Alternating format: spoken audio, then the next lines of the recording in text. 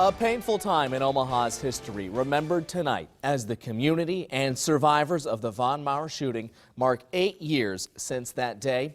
And now, as America finds its way through the fallout of more mass shootings, the news today is especially painful for the people who survived Von Maur. Thanks for joining us tonight. I'm Kevin Boughton.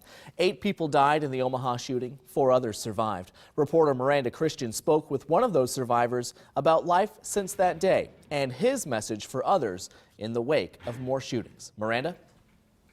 Fred Wilson is one of the survivors of the Von Maur shooting. He nearly lost his life after being shot in the shoulder. I spoke with him today about how he's doing 8 years later.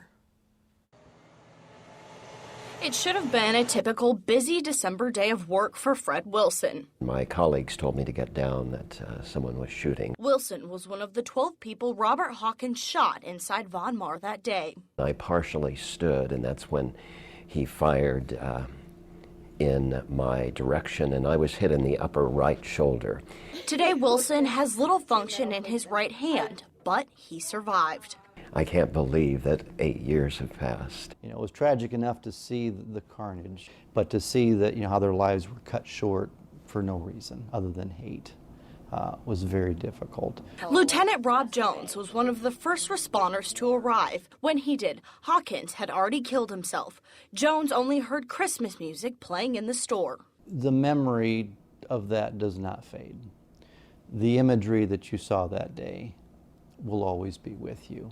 Since then, Omaha Police has developed a program to teach people how to react in similar situations. It's called the 7 Outs. Figure out what is going on, get out, call out for help, hide out, keep out other intruders, help out, and as a last resort, take out the killer. Unfortunately, it's one more drill that we need to add to our fire drills, our tornado drills, our earthquake drills. These are the teachings born of lessons learned, and each new mass shooting drags up familiar sorrow in Wilson's heart. There are moments of sadness, there are moments of tears, there are moments of chills. In Omaha, Miranda Christian, KMTV Action 3 News.